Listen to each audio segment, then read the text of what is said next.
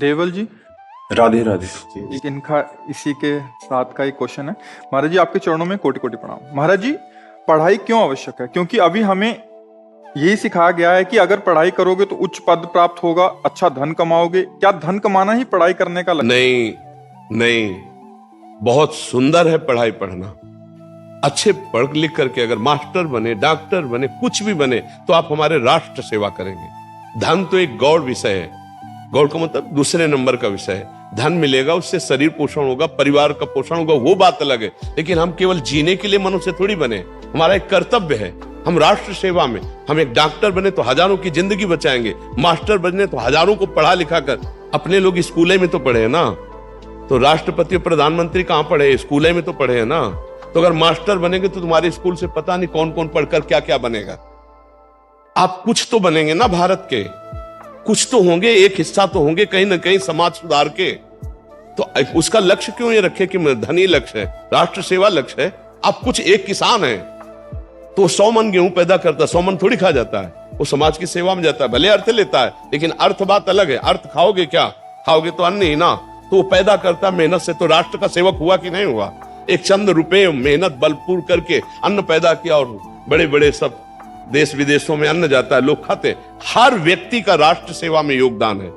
तो हम राष्ट्र सेवा की भावना रखे, समाज सेवा की भावना रखे, समाज में भगवान विराजमान, उन्हीं की सेवा के लिए धन की प्रधानता क्यों रखे? और जो धन की प्रधानता रखता है वो बड़े बड़े पदों में जाकर भी भ्रष्ट हो जाता है, नष्ट हो जाता है, जेल भोगता है। कोई भी हो, आज नहीं तो कल जब तुम्हारी बात खुलेगी तो तुम्हारा पोजीशन नष्ट हो जाएगी, तुम्हारी इज्जत नष्ट हो जाएगी, तुम्हारी पदवी नष्ट हो जाएगी। है नहीं हो जाएगी? तो आप ये समझो, धन की प्रधानता रखना हमें तो नहीं अच्छा लगता। पढ़ लिख करके बड़े बड़े ऑफिसर बनते हैं, हमारे राष्ट्र सेवा में है, प्राणों की बाजी लगा देते, तो धन ही प्रधान हुआ क्या? धन प्रधान होता तो फिर प्राणों की बाजी क्यों लगा देते? तो मुझे लगता है धन की प्रधानता नहीं रखनी चाहिए, कर्तव्य की प्रधानता रखनी चाहिए। धन तो मिलेगा ही, धन तो मिलेगा ही, परिवार कैसे चलेगा, शरीर का पोषण कैसे होगा? तो उचित धन तो मिल ही रहा है। लेकिन हम बेईमानी, अधर्म पूर्वक धन कमाने की चेष्टा न करें, अपने कर्तव्य का पालन करने की। कर्तव्य का जो पालन करता है तो ईश्वर उसके चरण चूमता है, और जो ईश्वर के लिए जाता है वो कर्तव्य को खो देता है। जो कर्तव्य को खो देता है वो समाज के लायक नहीं रहता, समाज के लायक, मुंह दिखाने लायक नहीं रहता। जो अपने कर्तव्य से चूक जाता है, नहीं, आप विचार करके देखो, आपको तो सब समाचार सुनने को मिलते हैं। कौन कहां भर्ती हो गया, कौन कहां बंद हो गया, कौन कहां हो गया। क्यों? कर्तव्य से चूक हो गई। आप अपने पद का दुरुपयोग कर दिए, आप कर्तव्य, आज जो संतों की वाणी में कह रहे थे, जो अधर्म पूर्वक धन लेकर के और अधर्म पूर्वक अपने पद का दुरुपयोग करता है, वो कुछ भी कर ले, वो विपत्ति में 6 प्रकार से विपत्तियों में फंसा जाता है। आज उसकी चर्चा हुई थी, उसमें अगर जो सत्संग सुबह सुने होंगे तो उसमें चर्चा थी। तो हम धन की प्रधानता रखने में बिल्कुल हार जाएंगे, बिल्कुल हार जाएंगे। जो धन की प्रधानता के लिए नौकरी करता है, धन की प्रधानता के लिए पद, वो कर्तव्य का पालन नहीं कर सकता, वो चूक कर देगा। 2 आदमी आए, उसमें एक गलत है, एक सही है। जो गलत है, धन की प्रधानता यदि आप रखते हैं तो आपको 10 लाख रुपया देगा, तो कहेगा हमको छोड़ दो, उसको बंद। आप ऐसा कर दोगे, जब आप ऐसा कर दोगे तो आप गलत हो गए। आज नहीं पकड़े गए तो एक दिन पकड़े जाओगे, तो न परिवार तुम्हारे पास रह पाएगा और न तुम परिवार के पास रह पाओगे, फिर बहुत बुरी तरह तुम्हारी दुर्गति होगी। नहीं होगी? आप देखो ना, कर्म ऐसा बिगड़ जाता है जो ना खुला होने पर भी आपको दंड दे देगा। कोई चूक है, कोई कर्म है जो हमको दंड देता है। इसलिए हमको बहुत सा धन की प्रधानता नहीं रखनी, हमें धर्म की प्रधानता, कर्तव्य की प्रधानता रखनी। तो नमक रोटी खाओगे तो भी चौड़ी छाती करके आप समाज में जियोगे, और अगर रबड़ी रसगुल्ला खाने के चक्कर में पड़ोगे तो 1-2 बार में कहीं ना कहीं पकड़े जाओगे, फिर वो ठीक नहीं है। तो धन की प्रधानता क्यों रखे भाई? क्यों? आप बताइए ना। आप प्रश्न करता है, हम कह रहे धन की प्रधानता के लिए हम क्यों ऐसा लक्ष्य रखें कि हमारी पढ़ाई लिखाई का उद्देश्य धन? तो देखो ना, पढ़ाई लिखाई करके बहुत ग्रेजुएट होते हैं और अपराध के द्वारा धन कमा रहे हैं, अपराध कर रहे हैं, दूसरों के धन का अपहरण कर रहे हैं। बहुत वो देश सेवा में लगा देते, वही माइंड आप दूसरों की रक्षा में लगा देते, तो कितने। तो हमें लगता है धन प्रधानता रखने से हमसे चूक हो जाएगी, हमारी पढ़ाई बेकार चली जाएगी, हमारा सब कुछ नष्ट हो सकता है। हम राष्ट्र की, समाज की सेवा की प्रधानता रखें, धन की नहीं। क्यों? हाँ, समाज की प्रधानता, ये समाज भगवान का स्वरूप है। धन तो मिलेगा ही मिलेगा भाई। हमारी सरकार नहीं दे रही क्या? उचित भरण पोषण की व्यवस्था सरकार भी कर रही, और कुछ कुल परंपरा से सबके कुछ न कुछ खान पान की व्यवस्था खेती की भी होती है।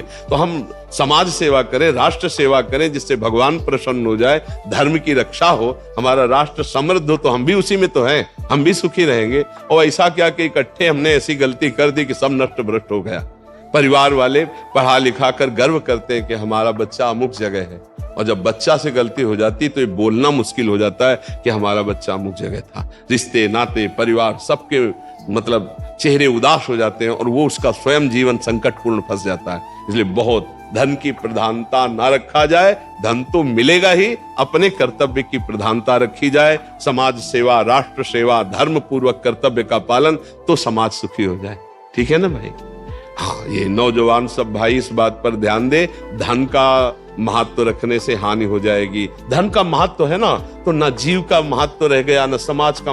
धन की जहां महत्ता मुझे लगता है वहां गलती हो ही जाएगी, वहां हमसे त्रुटि हो जाएगी। अगर धर्म का महत्व है तो बात बन जाएगी। ऐसे आदमी का जीवन नर्क हो जाता है, जिसके अंदर धन धन केवल धन चाहिए, वो निश्चित पतित हो जाता है। धर्म और कर्तव्य और राष्ट्र सेवा, ये सुख का समय, ये हमारी सुख की समझ है, इसी से हम सुखी होंगे। देखो, कोई भूखा हो, उसको रोटी पवा के देखो, एक दिन तुम भूखे रहो तो देखो कैसा लगता है। सच्ची बात, तुम अच्छे अच्छे पदार्थ पाकर उतना सुखी नहीं होगे जिस दिन तुम किसी भूखे का पेट भर दोगे और तुम भूखे रहोगे। उस दिन तुम्हें जो आनंद मिलेगा वो अच्छे अच्छे पदार्थ पाने से नहीं मिलेगा। इसलिए बहुत पर उपकार परहित सरिस धर्म नहीं भाई, ये सब भगवान के स्वरूप है। जिसको जो कर्तव्य मिले अपने कर्तव्य का पालन करो, भगवान प्रसन्न हो जाएंगे। तो सबसे बड़ा धन है संतोष धन। हृदय में चैन है, शांति है, संतोष है, आप सुखी हो। संतोष नहीं तो अरबों रुपया तो भी कुछ नहीं, कुछ नहीं है। रुपये का बहुत बुरी तरह नाश है, बहुत बुरी तरह नाश। अगर बुद्धि नहीं है, ठीक से दिमाग नहीं काम कर रहा है, तो रुपए के लिए अपना नाश, और रुपया आ भी गया तो बहुत बुरी तरह नाश। अगर हम ये ध्यान दें कि हमारे भारत में कितने ऐसे गरीब लोग हैं जिनको चैन से भोजन भी नहीं मिलता है।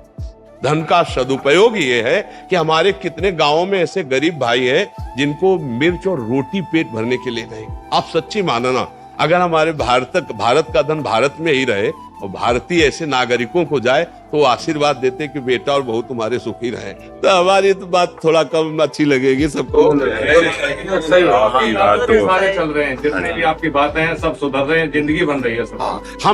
हम यही चाहते हैं। हमारे माँ बाप को नहीं पता था कि हमारी जीवन कैसे बनेगा, लेकिन आपने जो हमारा जीवन सुधारा है ना, वो हमारा जीवन। हम सब भारतवासियों की ऋणी है जो हमारी बात मान रहे हैं। हम धन्यवाद उनको देते जो हमारी बात मान रहे। आप सब हमारा बड़ा सहयोग करें। आज सत्संग में भी कहा, हम सबको प्रणाम कर रहे हैं कि इस कलिकाल में ऐसी मलिन अवस्था में आप एक संत की बात मान रहे हैं, आप बाबा जी की बात। जीवन ये है कि हमने क्या कर्म करेंगे जो आप जैसे हमारे धन महाराज जी मिले, जो हमारा जीवन सुधर गया। नहीं, भगवान की विशेष कृपा है कि हमने क्या कर्म किए होंगे कि हमारे भारतवासी बात मान रहे, बस इतनी बात है। हाँ बाबा जी, हम नेपाल से भी मान रहे बाबा जी। महाराज जी, अब तो बच्चे भी आपके गुणगान गाते हैं। बस हम श्री जी की, ठाकुर जी की, गुरु जी की कृपा है कि जितने दिन शरीर रहे हमारे भारत की सेवा में रहे। शरीर हमारा बस भारतवासियों की सेवा में, विश्व सेवा में है कि सबका मंगल हो, सबका। अच्छा देखो, अगर हम जरा भी स्वार्थ बुद्धि रख ले तो अभी प्रभाव खत्म हो जाएगा, ध्यान रखना। ये केवल आपके मंगल के लिए है, कोई स्वार्थ बुद्धि नहीं है। इसीलिए आप देखो, पशु भी अपना हित हित जानता है, मनुष्य तो जानता है ना। चालबाजी छुपती नहीं है और प्रेम भी नहीं छुपता, दोनों बातें। तो ऐसे ही भलाई और बुराई सबको ज्ञान है। तो आज जो हमारे भारतवासियों का कुछ भी परिवर्तन हो रहा है तो गुरु प्रताप से केवल अंदर लक्ष्य यही है कि सबका परिवर्तन हो जाए, सब सुखी हो जाए, इसीलिए परिवर्तन हो रहा है। अगर इतना भी स्वार्थ होता, स्वार्थ की गंध भी होती तो ये परिवर्तन नहीं होता। प्रवचन तो लाखों प्रकार से हो रहा है, लेकिन परिवर्तन तभी होता है जब केवल आपके कल्याण के लिए प्रवचन हो, जब मन वचन कर्म से पूरी साधना करके। हम ये चाहते हैं हमारे भारतवासियों का कल्याण हो, इनका मंगल हो। हाँ, सबका मंगल हो, सब सुखी रहो और गंदे आचरण छोड़ो, गंदे आचरण छोड़ो, इसी में परम मंगल है। ये जो गंदे आचरण है आपके जीवनी शक्ति को नष्ट कर रहे हैं। आपकी श्वासें बहुत कम है और बहुत कीमती है। 50 वर्ष की कमाई हुई संपत्ति से 5 श्वासें भी नहीं खरीद सकते। ऐसी श्वासों में यदि राधा राधा कृष्ण कृष्ण बोलते हुए अपने कर्तव्य कर्म को करो तो परलोक भी बन जाएगा और ये लोक भी अच्छा हो जाएगा। तो इसलिए नहीं, नशा मत करो, गंदी बातें मत करो, अच्छे मनुष्य जीवन अच्छाई के लिए मिला, दूसरों को सुख प्रदान करो और राधा राधा नाम जप करो, भगवान नाम जप करो, इसी में सबका मंगल है।